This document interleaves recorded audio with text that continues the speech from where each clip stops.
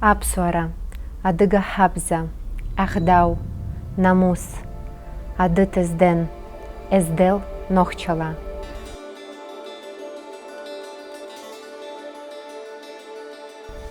Как бы вы охарактеризовали данный Горский кодекс? Я бы сказал, вот эти нравственные принципы, которые ведут свое начало с глубин тысячелетий, они вообще-то общие для кавказских народов. Кто бы как их ни называл, названия, естественно, разные. Вот. Но самое главное, что все это у нас в крови. Ведь сегодня наука, генетика доказала, что все в человеке не случайно. И это даже наводит на мысль, что о культуре человека, о его цивилизованности, даже о цивилизации целого этноса, нации, можно судить не по величественным пирамидам или развалинам древних строений, а потому, что шепчет ему кровь. Какие у этого человека нравственные рамки, что он может и не может себе позволить. Понимаете? Это, конечно, можно объяснить и исторически, имея в виду, что кавказские народы имеют очень глубокую общую историю.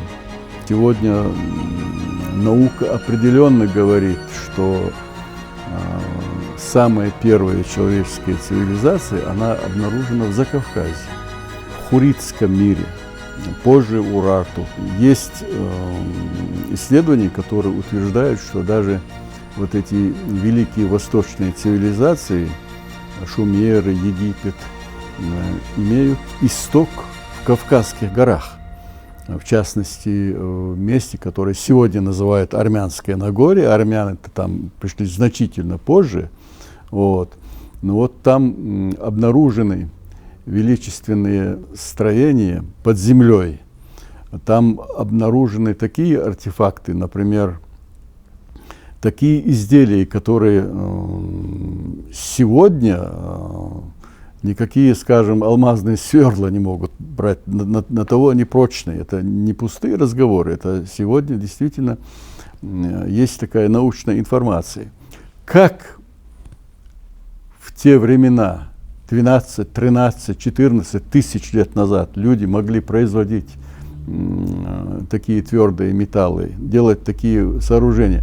И вот с другой стороны, если послушать предания, мифы шумерские, там ясно говорится, что анунаки, боги, спускались с гор, имея в виду Кавказские горы. И совершенно не случайно Кавказ называют библейскими вершинами. Все это говорит о том, что здесь на Кавказе существует какой-то сакральный дух, дух с глубин веков, с глубин тысячелетий. И наша беда может быть в том, что наши народы, наша молодежь недостаточно это осознают.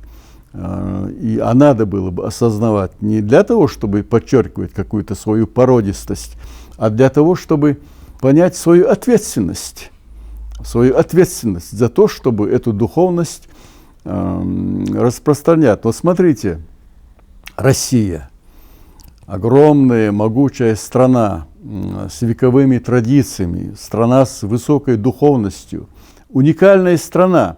Но вот давайте посмотрим, что России несет Запад и что несет и мог бы нести Кавказ.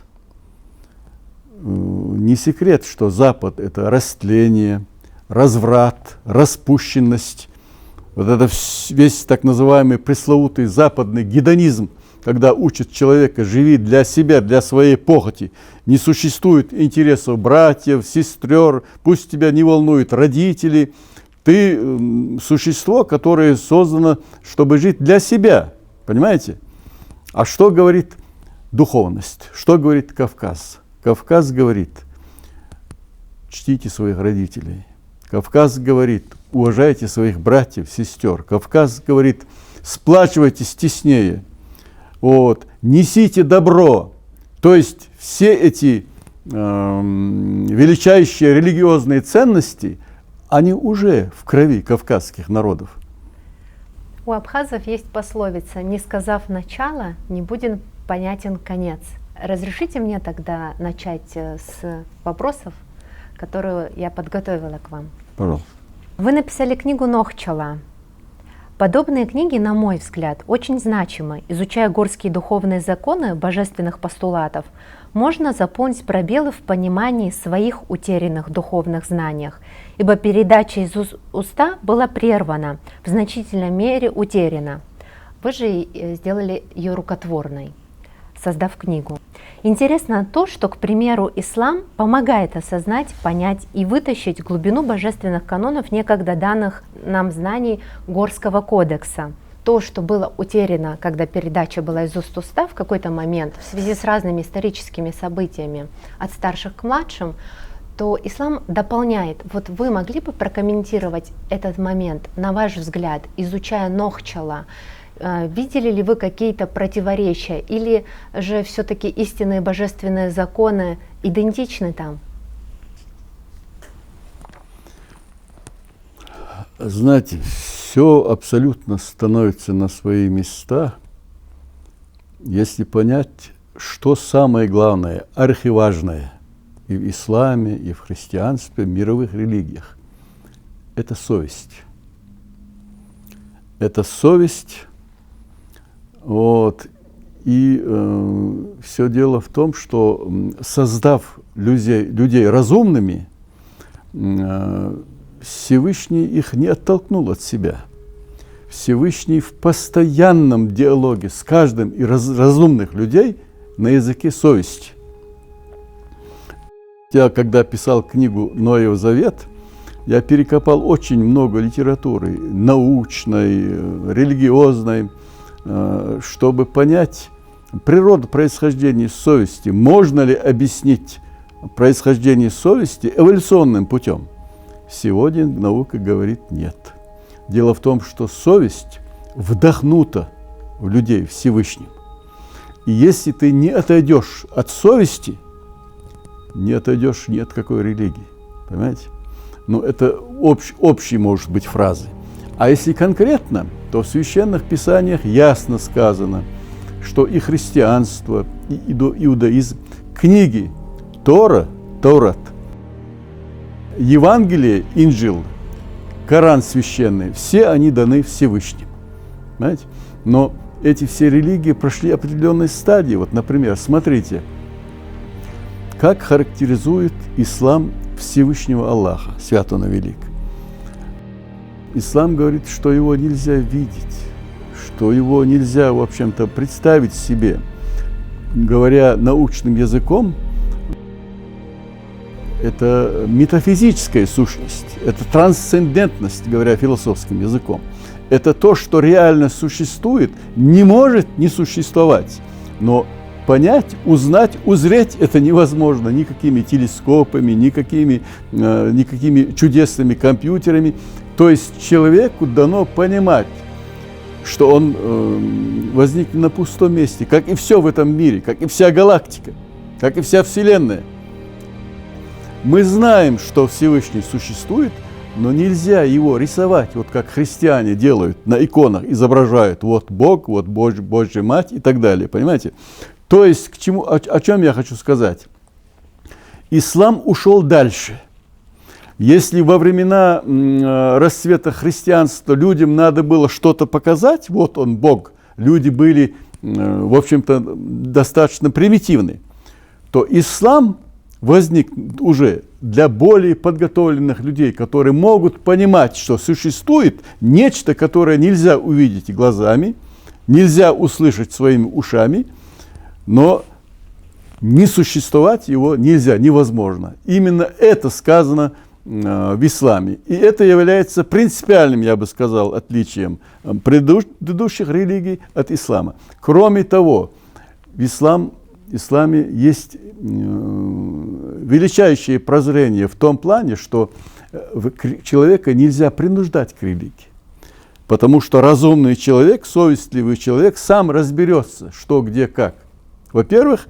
Во-вторых, нельзя преследовать людей по их вере. Но я бы хотела, чтобы вы провели параллели не между религиями ислама и христианства, а между исламом и Нохчала. Да. Смотрите, интересная мысль у вас. Мы вернемся опять к человеческой крови.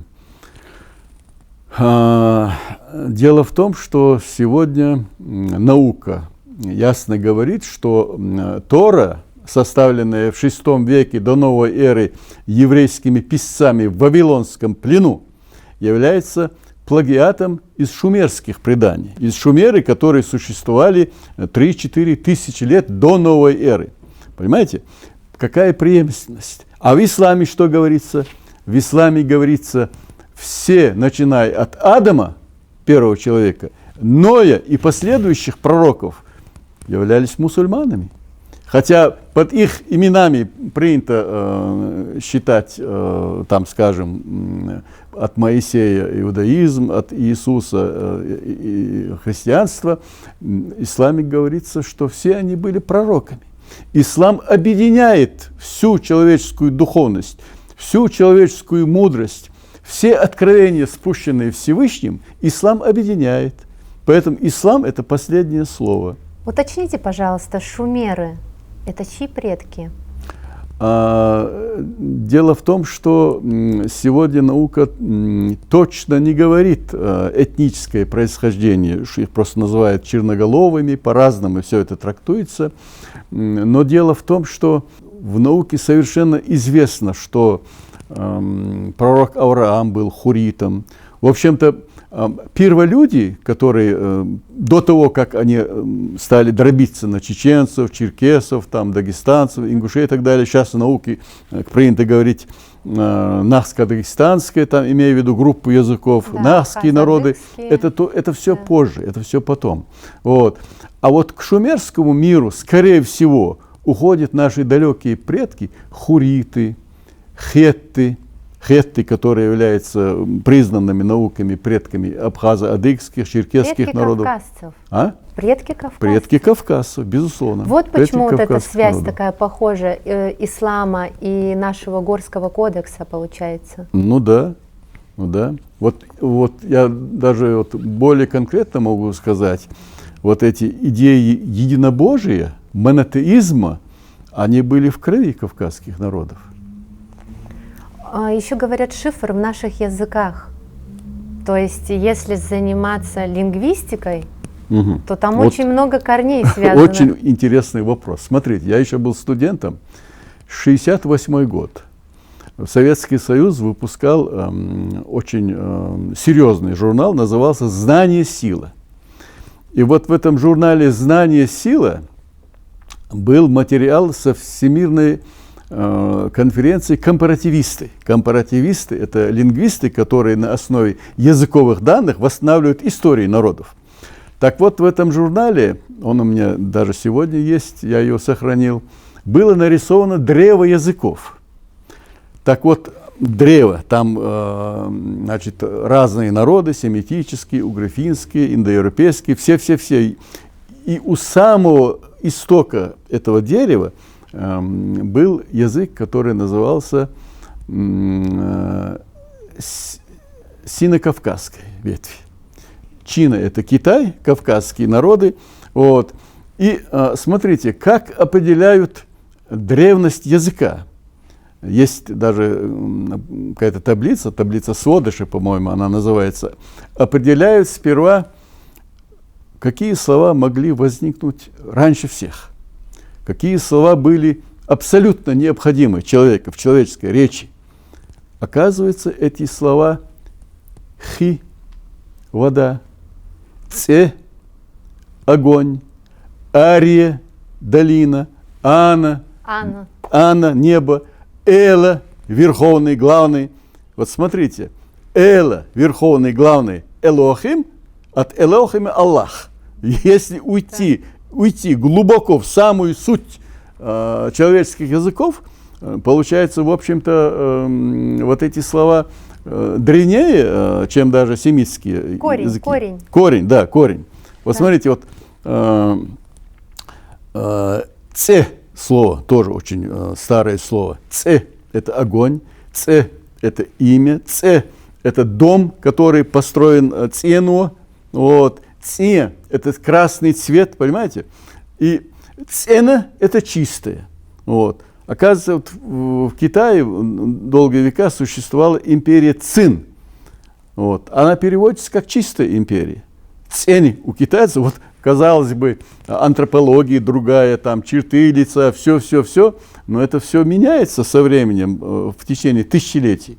А если уйти в самую глубь, вот, вы правильно говорите, вот эта древность языков, компаративисты доказывают, она свидетельствует о древности человеческой крови. Считаете ли вы необходимым представителям научной части Кавказа встретиться между собой и попробовать объединить усилия, связанные с языком их народа, то есть усилить совместную работу, совместно провести эту научную деятельность? Очень правильный, очень актуальный вопрос. Вот смотрите, когда кавказские народы пытаются найти свои корни, говорят о своей древности, это же не для того, чтобы какую-то свою породистость подчеркивать, не для того, чтобы сказать другим народам, мы древнее, мы умнее, мы лучше, ни в коем случае. Но это делается для того, чтобы перед сегодняшними угрозами миру, угрозами бесчеловечности, угрозой бессовестием, вот, найти в себе силы, все-таки собраться и противостоять. Помочь себе, своим народам, это очень серьезные вопросы. У вас не было ощущения, что изучая... Вот просто у меня сложилось ощущение, как будто бы ключ к свободе является через друг друга. То есть, чтобы освободиться внутренней духовности, нужно изучить историю ближайшего народа один за другим. И вот эта цепочка, она непрерывистая. Как будто Кавказ – живой организм, который между собой связан неразрывной нитью. Вы знаете, некоторые считают, что если вот, он будет возвеличивать, скажем, свой тейп, свой род, вот, это здорово, это не здорово. Это уводит сознание молодежи в сторону. Молодежи надо показать и рассказать, что твоя семья, она не в твоем роде, хотя род тоже надо знать, вот, но гордись тем, что ты в кавказской семье. Вот смотрите, я бывал во многих местах, и в России, в Москве лет 20 жил, и за границей. Везде, когда ты встречаешь кавказского человека, у тебя такое ощущение, что ты встретил брата. Вот, потому что, наверное, это связано еще и с тем, что я знаю историю наших народов. Я знаю истоки, генетические истоки наших народов. Я знаю дух нашего народа. И я знаю, что подлинно кавказский человек никогда друг другу не предаст, не сделает подлость. Понимаете? Есть определенные рамки, определенная черта, ниже которого кавказский человек опускаться не может. Понимаете? Мы сейчас не хотим бросать камни в сторону там развращенных людей, то. Это все другая проблема, другая история. Но чувствовать это, Эсма, это одно, а другое, это же надо знать, в этом надо быть уверенным, это надо воспитывать. И вот тогда, как вы говорите, человек действительно чувствует свою силу, силу в единстве. Человек чувствует себя... Тут два момента. Во-первых, неразрывная связь человека со Всевышним, знать, что все хорошее, все плохое, что все бы, что бы ты ни сделал, Всевышний тому свидетель. Вот. Но, конечно, негативных моментов сейчас в мире очень много, слишком много. Каждый человек работает на свою душу, поэтому это вещи взаимосвязанные. И наши национальные кодексы, которые выходят из наших религиозных чувств, это все взаимосвязано. И я сделала выписки из вашей книги Нохчала. Совесть – наилучший язык человека с Богом. Совесть – это благородство, спаянное с мужеством. Нохчала – это совесть, разум и совесть от самого Всевышнего. Почти в каждой странице 500 листов у вас есть на каждой странице слово «совесть». Совесть необходимо признать языком Творца с каждым из разумных людей. Нет другого такого механизма, другого такого универсального средства, способного объединить всех людей Земли, всех религий, национальностей, мировоззрений, включая даже атеистов. Вот почему актуален и универсален феномен Нохчала. Совесть, укрепленная мужеством, благородством. Нохчала – это завет пророка Ноя, мир ему, жить по совести. Так вот, что сближает людей со всех уголков мира. Это совесть вне зависимости от их религиозных взглядов, даже атеисты. Я же только что говорил, что совесть – явление абсолютно феноменальное. Совесть не могла развиться в человеке эволюционным путем, она дана Всевышним. Вот у нас в исламе говорят «ребенок – ангел». Почему ребенок – ангел? Потому что он с рождения получает порции совести от Всевышнего. Ну, Саид, почему у взрослых людей она совершенно в разной мере развита? Воспитание. А почему одним людям она не подсказывает? Или она все-таки всегда подсказывает, просто не заглушают голос совести? Заглушают, да. Совесть, понимаете, ведь с совестью жить трудно, особенно в сегодняшнем рыночном мире. Поэтому вы сказали, нужно мужество? Ну, конечно, мужество, самосознание, самоуважение, достоинство. Смотрите, ведь я к этому пришел, как говорится, не случайно. Тут есть очень строгая научная база. Смотрите, всемирный потоп, Всевышний метафорически утопил все человечество, потому что оно забыло про совесть. Вот можно привести аналогии с западным миром. Оно абсолютно сегодня забывает совесть, его, наверное, тоже пора топить. Это метафорический язык, понимаете? Вот. И когда по языковым данным, по антропологии, по археологическим данным, а сегодня и по генетике обнаруживается, что предки кавказских народов, они в шумерах, они стояли у истоков зарождения человеческой цивилизации, то нас уводит к Ною, мир ему, понимаете? И оказывается, вот та совесть, которая в крови кавказцев, это же от Ноя. И получается, что самое сакральное священное слово для чеченцев «нохчалла» ведет свое происхождение от Нохи. Это не просто созвучие, понимаете?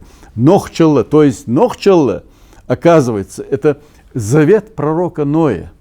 И мы, народ, который называем себя Нохчи, потомки Ноя. Вот. Между прочим, я в 96-м году выпускал книгу «Нахи, пророки, судьба».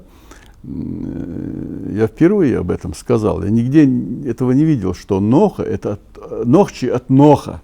Что Ноха завещал нам совесть, что Нохчалла – это совесть от пророка. А сегодня достаточно даже Википедию открыть, там написано, что Нохчи – это потомки пророка Ноя. Видите, как, если бы это не было истиной, вот, семя бы не взошло. Да, вот. Но не ложится ли большей ответственности на плечи людей? Конечно, несущих? вот в том-то и дело. Где это самосознание? Вот, то есть такая большая ответственность, такая большая история, а мы немного все не дотягиваем до нее. Дело в том, что мы целый век жили под коммунистической идеологией. Она была очень систематизирована, она была очень четко расписана. По этой идеологии народам не разрешалось говорить о своей породистой, о своих корнях уходящих. Там все было искусственно выровнено. Все люди братья, все люди народы. И это было, с одной стороны, правильно. Понимаете? Там была цензура. Там идеология была под контролем государства. И это было, в общем-то, хорошо. Понимаете? Но дело в том, что мы же не от этой идеологии свободы совести уходим. Мы, наоборот, пытаемся оживить кое-что, вот, уходя вглубь истории, находя общие корни кавказских народов. Вы говорили, что Нохчала не примет лицемерие. Да. Да. Но вы знаете, лицемерие... Алчности и других пороков. Лицемерие, особенно лицемерие. Но понимаете, некоторые даже из числа священнослужителей пытаются говорить, что там, где вступает в спор разум и разумное, надо принять разумное. Вот когда человек слишком увлекается компромиссами, в конечном счете он начинает искать компромисс с собственной совестью. Еще более развернуто прокомментируйте это, пожалуйста, то, что вы сказали.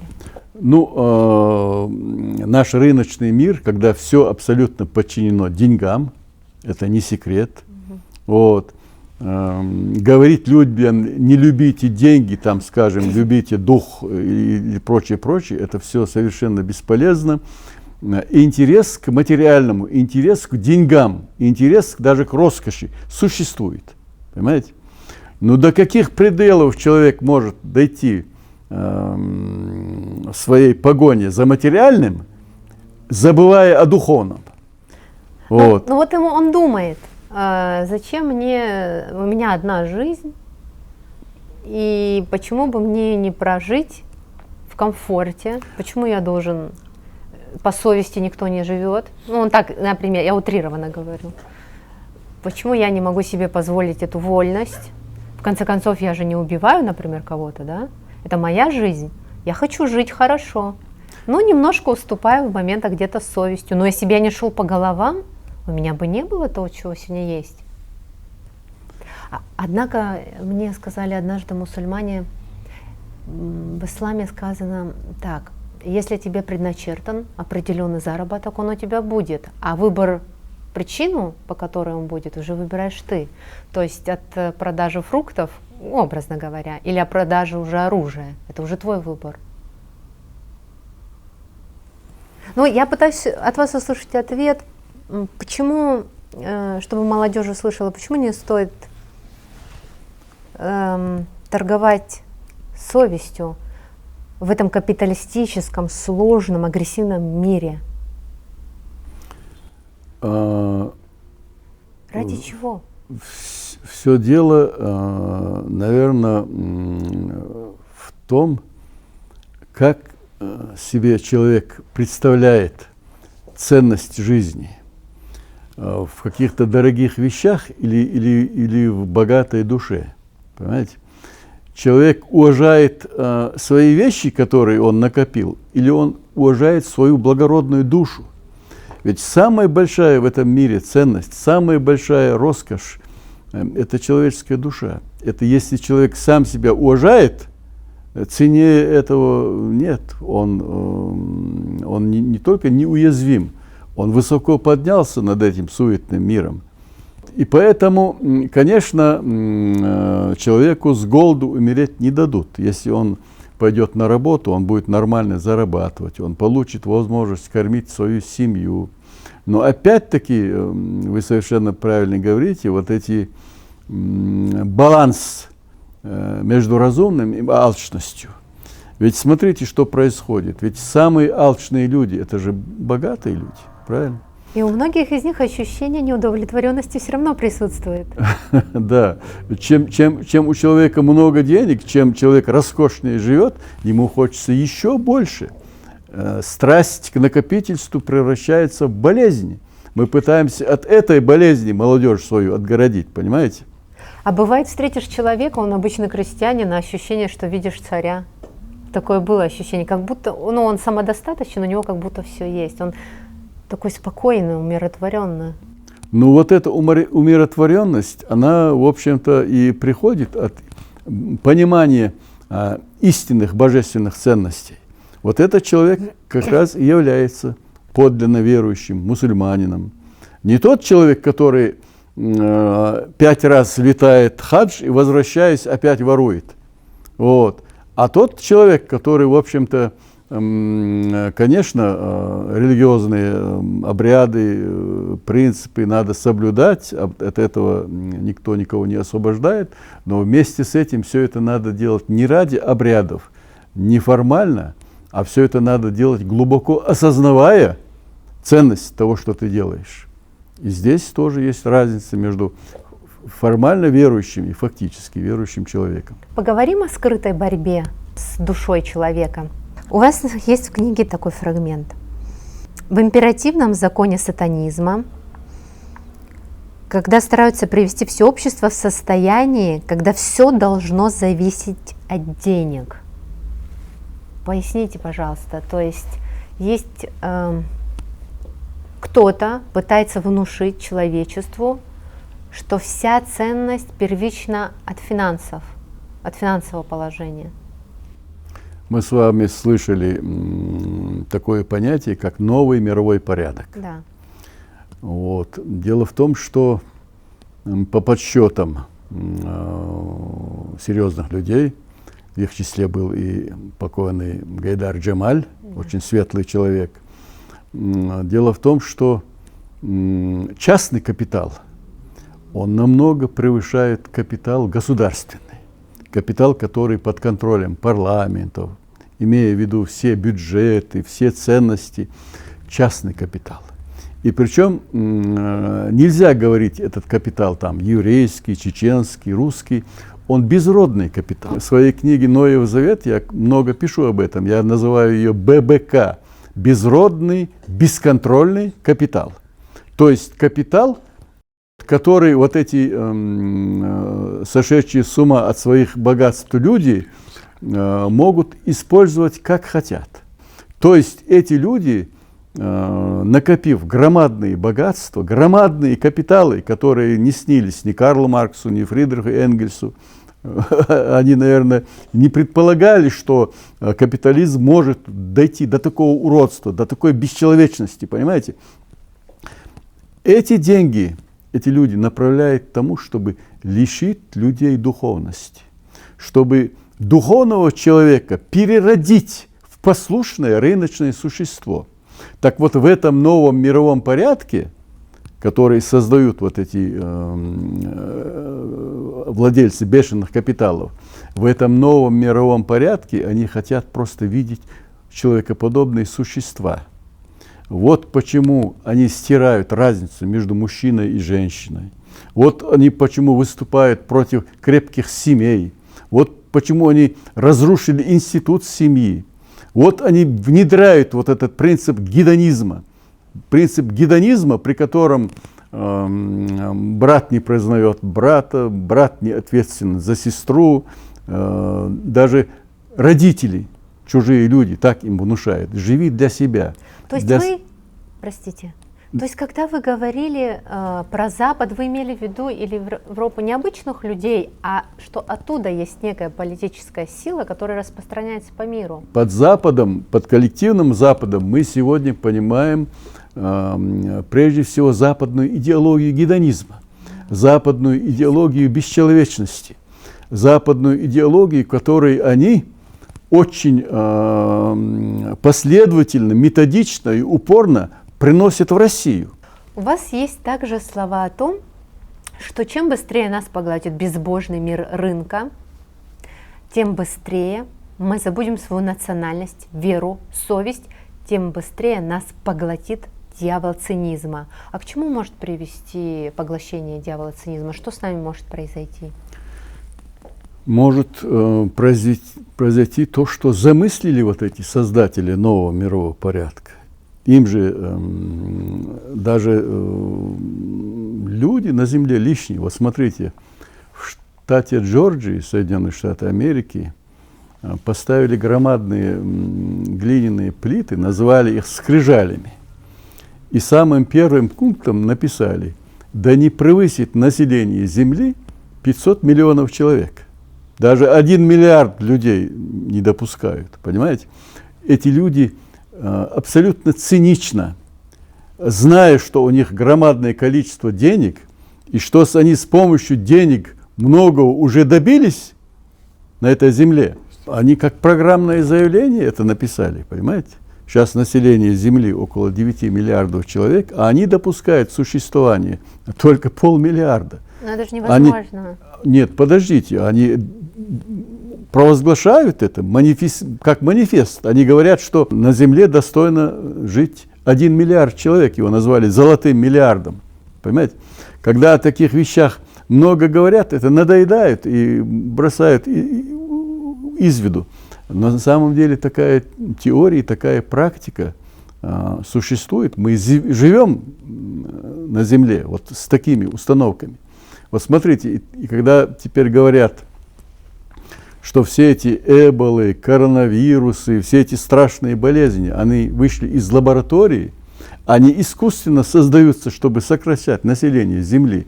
Вот это чудовищные вещи просто так отрицать не приходится, хотя человеческий разум все это, конечно, отрицает. Вот. Кто-то сказал, что это теория заговора, а собеседник ему, я недавно видел по телевидению, говорит: почему теория? Это практика. Это практика. Действительно, вы понимаете, почему мы об этих серьезных вещах говорим? Потому что мы действительно оказались в таком мире. Как говорил Федор Достоевский, если нет Бога, можно все. Понимаете? Бога отвергли, духовность отвергли. Сейчас как говорят: если ты такой умный, почему такой бедный? Ум, оказывается, это в деньгах, а деньги у них. Понимаете? Вот и все. Люди, создающие новый мировой порядок с помощью денег, не хотят, чтобы на этой земле ходили люди, думающие, что здесь непорядок, что здесь нет совести, что здесь нет справедливости. Не хотят, чтобы такие люди жили. Когда идет спор между духом и золотом, между духовностью и прагматизмом, пошлостью, кавказские народы должны сказать свое слово. А для этого кавказские народы должны понять, кто они, откуда идут истоки их духовности, их пророческой духовности, я бы сказал, понимаете? Что в России происходит последние 200 лет, с тех пор, как сняли черту оседлости, и евреи получили возможность жить в России, в ее столичных городах. Понимаете? Ведь мы же даже со школьной программы знаем, что все эти движения, Северная звезда, Полярная звезда, Народная воля, все эти масонские движения, все это пришло 200 лет назад. Именно с этими людьми. Мы сейчас не уходим в этническую плоскость. Мы не пытаемся обвинять в чем-то талантливый и мудрый еврейский народ. Но мы говорим о том, что вот уже 200 лет Россию лихорадит. Россию хотят повернуть в какое-то определенное русло развития. Восстание декабристов на Сенатской площади, последующие революции, все эти потрясения, которые происходят в России, это делают определенные силы, чтобы из России сделать вот какое-то послушное пристанище. Понимаете? Вот смотрите, попытка развалить страну восстанием декабристов и Кавказская война. Развал Советского Союза и новая война на Северном Кавказе. Я думаю, здесь какая-то закономерность. Почему? Потому что Россия очень сильная страна. Россия с очень сильными традициями обороны. Россия, тем более теперь с атомным оружием. Ее просто так покорить невозможно. Ее хотят развалить изнутри. То есть самая главная ключевая мысль: это делает не русский народ. И не в интересах русского народа разжигать вражду и ненависть между Россией и кавказскими народами. Это делают те люди, которые хотят развалить эту страну и потом уже обустроить ее так, как они сами этого хотят. Сегодня надо говорить не столько о руководителях повстанческих движений, а тех людей, которые делали Россию культурной страной. Надо говорить о выходцах из Кавказа, великих ученых. Надо говорить о выходцах Кавказа, которые осваивали Сибирь. Вы знаете, что за все годы советской власти из Грозного в Сибирь был постоянный авиационный рейс, который вывозил туда работников на вахтенные работы. Инженеры, которые осваивали Сибирь, Уренгой, Воркута, там все эти знаменитости, Сургут, там очень сильная роль кавказских народов. Кавказские народы были в первых рядах во время Великой Отечественной войны. Понимаете? Почему мы не говорим больше о людях, которые вдыхали вот в эту жизнь, в могучую Россию, а говорим о каких-то, скажем так, повстанцах, как будто для нашей молодежи это сегодня важно. Для нашей молодежи важно сегодня расшириться. Для нашей молодежи важен и нужен простор для своих знаний, для своих всесторонних способностей. Вот. К сожалению, мы об этом мало говорим и еще меньше делаем. И все эти процессы, конечно, они происходят, но это происходит стихийно. Понимаете? Ну вот кавказцы думают, не повторится ли вновь эта история с моим народом? И может быть это является причиной того, что они постоянно напоминают, вот запомните, здесь была опасность, это случилось не один, не два, не три раза. И жертвы, которые понес Кавказ. Ну, во-первых, надо понять, кто не хочет мира и благоденствия на Кавказе. А что кавказцы могут изменить? Кто разжигает? Изменить может сознание. Но что кавказцы могут сделать, если сознание придет? Кавказцы могут, во-первых, очень мирно жить. Но ведь агрессия не от кавказцев исходит все время. Они лишь втянуты в это. Вы понимаете, это не столько агрессии, сколько провокации. Провоцируются. Вот смотрите, кто был Ермолов, генерал? Это был масон. Вот когда русский царь узнал, что он масон, он его отозвал. Ведь что было за восстание декабристов на Красной площади? Это было масонское восстание. Это заговорщики.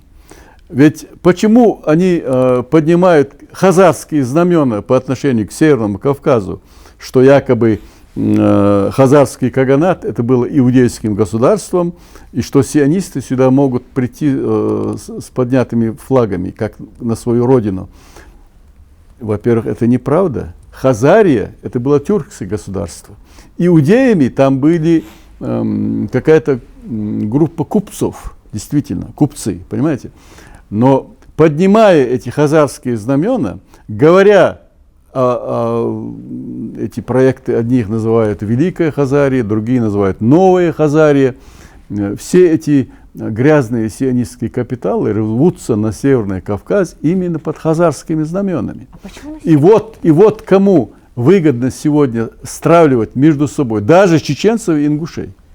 Вы думаете, у чеченцев и ингушей есть хоть малейшая, скажем, причина не любить друг друга или враждовать друг с другом? Я думаю, нет. Но многие это один народ абсолютно. Да. Но есть силы, которые пытаются стравить между собой и чеченцы, и ингуши, и другие кавказские народы. То есть молодежи надо объяснить провокационный характер политики, который идет под теми же рыночными знаменами. Тут все взаимосвязано.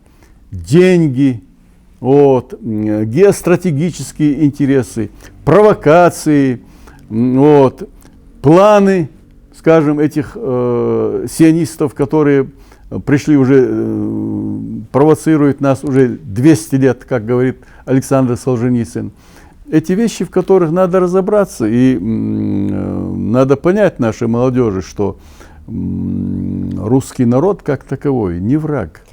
Не русские, но в правительстве зачастую в кулуарных помещениях сидят люди, которые принимают судьбоносные для наших народов вот в чем решения. дело. Вот та самая пятая колонна, которое сидит в Министерстве, скажем, образования, которое не позволяет в национальных республиках изучать, собственно, истории своего народа, сокращают часы родного языка. Но не снимаете ли вы с них ответственность, тем самым говоря, что присутствует пятая колонна? Ведь они ответственны, если проходной двор в моем доме, значит, я все равно несу ответственность, ведь он в моем доме проходной двор. Это да, это люди, да, у них такая политика, у них нет совести, они абсолютно циничны. И об этом сейчас речь идет. Вот этому цинизму, вот этому бессовестию объединиться и показать, что наш дух не слаб, что нас еще не убили, что в споре духа и золота мы не сдались, во всяком случае, кавказские народы. Вот это важно. Вот что мы пытаемся пробудить в молодежи, напоминая им о Нохчалла, о Эздалла, о наших духовных ценностях. Хорошо. Расскажите о традициях гуманности и миротворчества. Какие они у нас? Как понять, кто мы и как сплотиться друг с другом? С чего надо начать? Вы знаете, наши деды, наши предки были очень мудрыми людьми. У нас была очень развита система народной дипломатии. Любые сложные вопросы решались стариками с позиции веры и совести. Понимаете? В крови наших народов, наших людей. Вот почему, скажем, кавказские народы, вот в одном Дагестане более 30 народностей, никогда серьезно не воевали друг с другом. Понимаете? Вроде бы разные народы, разные языки, хотя культура, в общем-то, она была очень похожа, никогда не убивали друг друга. Почему? Никогда не, да. Потому что в народе преобладала мудрость, справедливость и совесть. А старики руководствовались голосом совести, а совесть в них была, в каждом народе, понимаете? Вот.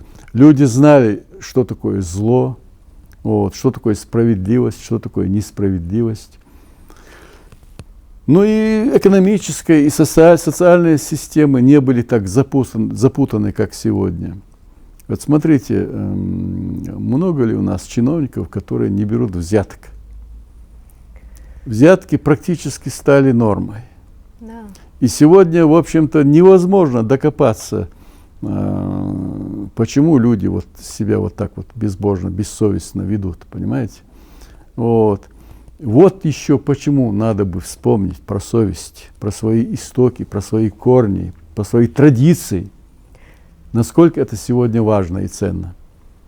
Раньше крестьянин мог наказать князя. Были такие случаи, старики наказывали в Абхазии. То есть крестьянин пришел жаловаться на князя, если князь был неправ, ему не было не избежать наказания.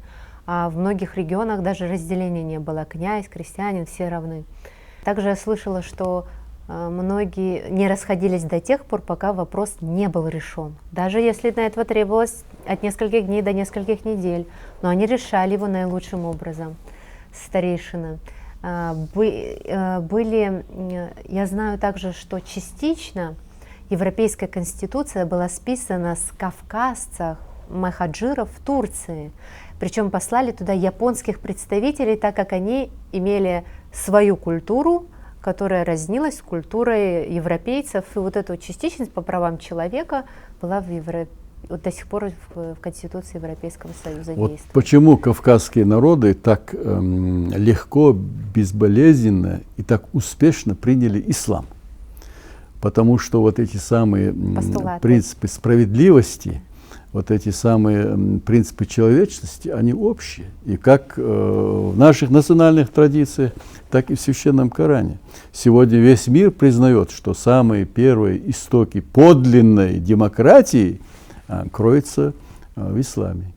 В частности, английский ученый Морис Бюкай, когда все это изучил, понял, принял ислам. Вот. Очень многие ученые, сейчас затруднюсь называть всех их по именам, который очень глубоко уходит в философию, в понятие нравственности, справедливости, они осознанно принимают ислам. По-моему, года 3 назад проводили исследование в Англии, какое имя самое распространенное. Оказалось, самое распространенное имя в Англии, в католической Англии, это Мухаммад, да благословит его Аллах и приветствует. То есть рождаются, во-первых, дети, много мусульман, и это уже очень серьезная тенденция. У вас, я сейчас хочу к этой теме кое-что зачитать. Вы писали о том, что ислам сегодня самая политизированная религия в современном мире. Почему так происходит, на ваш взгляд? И сразу же второй вопрос. Также вы упомянули о том, что мусульманские страны и народы в покое не оставят. Уж точно не оставят Дагестан, Северный Кавказ, так как военнослужащие США ежемесячно доплачивают за изучение чеченского языка по $500. С чем это связано? Расскажите. Хороший вопрос. Вот смотрите, вот этим создателям нового мирового порядка мешали, по большому счету, две глобальные силы. Одна сила – это Советский Союз, и другая сила – это исламский мир.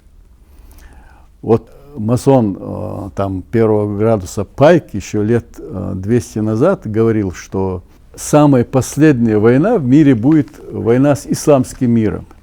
И только победив исламский мир, они могут достигнуть своих целей. Вот. Холодная война с Советским Союзом была очевидна. Были очевидны разногласия, скажем, вот, враждебные настроения между Варшавским договором и ООН, вернее, НАТО. Вот. Вот. Сегодня, до тех пор, пока существует исламский мир, не тот исламский мир, который, скажем так, грубо говоря, пляшет под американскую дудку, а подлинный духовный исламский мир пока существует, новому мировому порядку успех не светит. Вот. И вот почему они видят финальный бой своего понимания нового мирового порядка с исламским миром. Хотела у вас... я перебила? Нет. Я хотела вас спросить, не могу не спросить, потому что я тоже занимаюсь медиа, с этим связано. Честно говоря, крылья нации и появились как апологет противоборства. Не кажется ли вам, что телевидение и медиа, заполнившие большинство каналов в России, ну большую часть передач, сумели сделать с русским народом и другими народами то, что не могла сделать ни одна страна в мире – захватить и начинать разрушать духовность изнутри? Так как многие передачи, даже по исследованиям российских социологов, было заключено, что больше 90% контента содержит в себе насилие, внебрачные связи и тому подобное. Разврат, сексуальная раскрепощенность, аморальное поведение, насилие и тотальная деградация – это далеко не полный перечень того, что пропагандируется не только новыми российскими и зарубежными фильмами и сериалами, но и различными передачами на телевидении и в интернете. Есть такое выражение: «Хочешь уничтожить нацию? Разврати ее».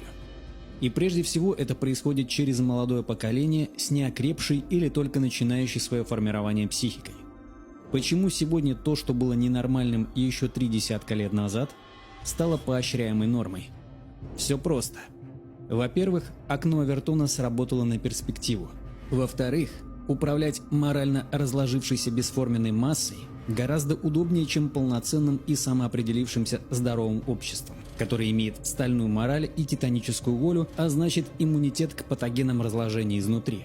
Именно этот иммунитет мы и утратили. Вы замечали это? И считаете ли это одним из оружий сегодня против людей, против их нравственной стороны?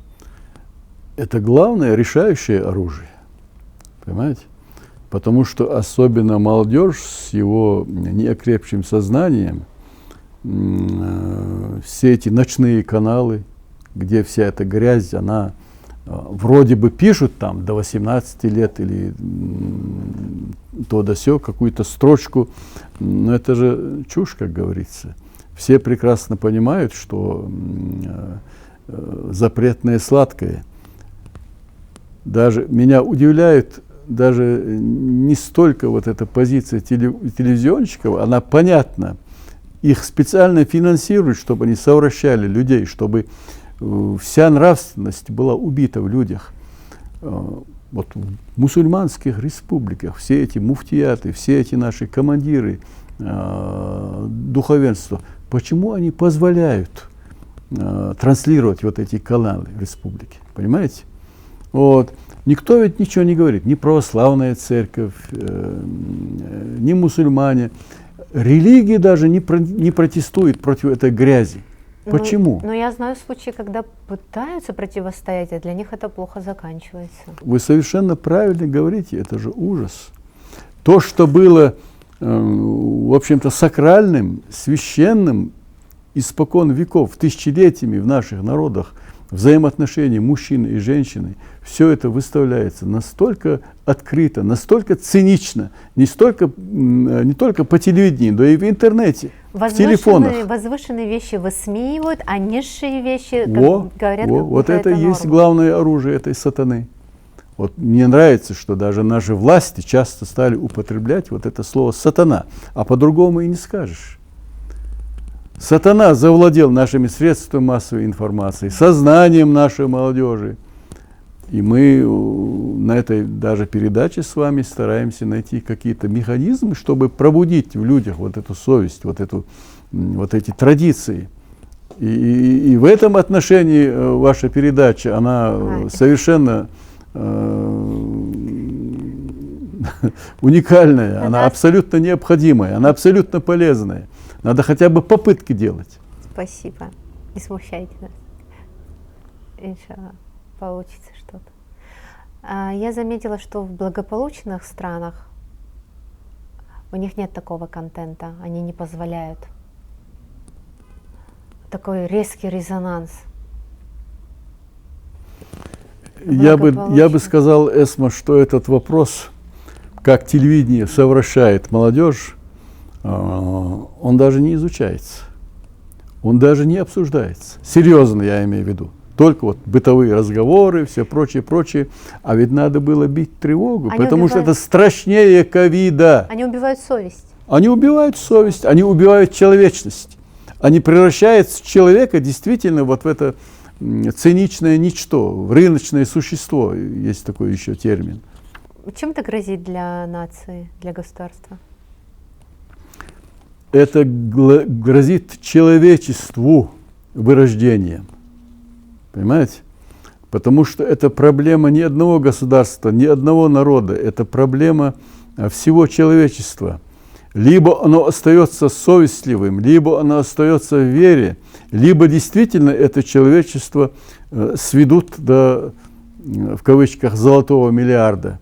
До людей, которые будут царствовать в этом мире, и какая-то часть людей, которые будут их обслуживать. А сейчас, видимо, и не нужны люди и для обслуживания, потому что это будут делать роботы, это будет делать электроника, понимаете? Вот такую жизнь готовится запустить. Как в фильмах. Ну да, как в фантастических фильмах. Все это становится явью. И что интересно, Эсма, вот так глубоко, так всесторонне эти вопросы не становятся предметом обсуждения. Ни среди чиновников. Ведь люди чего-то боятся, но они так вот интуитивно чувствуют, что над миром нависла громадная опасность, и боятся этой опасности. Не хотят каждый в одиночку с этой угрозой состязаться. Понимаете? Да. Вот это и говорит о том, что задремала человеческая совесть. Они обсуждают все, что угодно, только не это. Да. Как бы разбогатеть, где бы что украсть, где бы что стащить. Тогда немножко вернемся к Нохчала. Давайте поговорим о постулатах Нохчала, о тех вещах, которые, в принципе, мы все знаем, но нужно проговаривать. Однажды вы упомянули, может быть, поговорим о святости женщины. Что вы имели в виду? Если женщина не святая, не святые и дети, которые рождаются от нее, если женщина свято не соблюдает нравственные принципы, если она готова пойти по рукам, то где семья? Где святость? Вот основа святости – это святость женщины. На женщины держатся все эти основные нравственные, скажем так, ценности. Но кто ей в этом должен помочь? Ну, помочь – это другой вопрос. Вы совершенно правильно говорите. Должны помогать, Мужчины? конечно, сильная часть человечества. Мужчины, все правильно. Но у нас в народе говорят, если испортилась женщина, портится народ. Понимаете? Потому что даже вот, если мы говорим о святости, конечно, свят Всевышний на небе, на земле эта роль у женщины. И женщина это должна понять. Женщина должна знать, что она носитель всего ценного, всего духовного. Она должна понимать, осознавать свою ценность. Свою ценность, свою значимость. А как вот ей понять? Ну, вся народная мудрость, все народные традиции, вот как раз вот это понятие Нохчала, все это ей должны об этом говорить. Вы понимаете, когда я начал говорить о Нохчала, о категории несравненно ценной, начали выпускать книги, издавать какие-то циркуляры, развешивать во всех министерствах понятие Конахалла. Конахалла, слово Кона – это молодой. Вот у русских молодой – молодец. Это человек, который энергичный, сильный, молодой, защитник, мужественный воин, понимаете? И Конах у нас в том же понятии молодой, вот, мужественный, защитник, но саму категорию Конахала не сравнить с категорией Нохчалла. Нохчалла – это глобальное явление. У этого Нохчалла есть корни, уходящие в глубины истории. Нохчалла говорит о самых сакральных, священных вещах. А Конахал, вот когда мужественно на тебя лает, мы и собаку называем Конах, понимаете? Конах – это очень ограниченная вещь. За ним нет истории, за этим понятием Конахала, и за ним нет такого нравственного багажа, нет такой большой духовности, как за понятием Нохчалла. Вот вместо того, чтобы осознать понятие Нохчалла и развить ее, придумают, что только не придумают для понятия Конахала. Вот недавно книгу выпустила, она стоит, по-моему, где-то 20 тысяч рублей в кожаном переплете. Конахала. А какой заряд в этом понятии, нравственный заряд в этом понятии Конахала? Ну, будь Кона, будь мужественным. Вместе с тем у нас есть еще и понятие Стогалла, мужество, Адамалла, человечность. Понятий много. Вот. Но надо каждому чеченцу понять, что есть нечто, которое идет от самого пророка Ноя. Вот какая выстраивается идеологическая система. Какие бы сложности не были в жизни, и к каким бы сложностям нас не готовили, не подводили, очень важно помнить, что человек уникален. Что человек – это самое большое сокровище в природе. Но только тот человек, который слышит в себе зов совести, тот человек, который понимает, что он создан Богом не животным, а человеком со специальным намерением, с намерением, чтобы он жизнь сделал лучше и краше. Другой логики быть не может. Почему Всевышний дал человеку одновременно и совесть, и разум, чтобы он свой разум использовал для проекта, которые ему диктует совесть. А если человек своим разумом пытается накапливать богатство в ущерб совести и превосходить близких по каким-то материальным параметрам, этот же человек несчастлив. То есть он не может полностью реализоваться как творение Всевышнего. Этот человек не может в полной мере уважать самого себя. А что главное для человека? Я хочу, чтобы молодежь это слышала. Самое главное для человека – это уважать самого себя. А чтобы уважать самого себя, он должен знать себе цену. И эту цену определяет не марка машины. Конечно, хорошо иметь и машину, и квартиру, и все, что нужно. Это нужно человеку для достойной жизни. Но все это есть возможность заработать честным трудом. И чем честнее ты это все заработаешь, тем больше в тебе морального удовлетворения. И эти ценности, они общие. И для чеченца, и для абхазца, и для дагестанца, и для русского, и для любого человека. Просто вот эти общечеловеческие ценности, их нельзя ни в коем случае забывать. Этими ценностями надо тянуться друг к другу, открывать в друг друге эти ценности. Ведь сколько духовных произведений было в прошлом и позапрошлом веке у русского народа. Сколько духовности, сколько правильных мыслей высказано Достоевским, Толстым. Ведь могли вот эти глыбы, вот эти величины возник среди неполноценного народа? Ни в коем случае. Это беда русского народа и других народов, если среди них появляются алкоголики, легкомысленные женщины, бездари, провокаторы, циники. Это беда. И задача в том, чтобы вот этой беды было поменьше. Понимаете? Вот.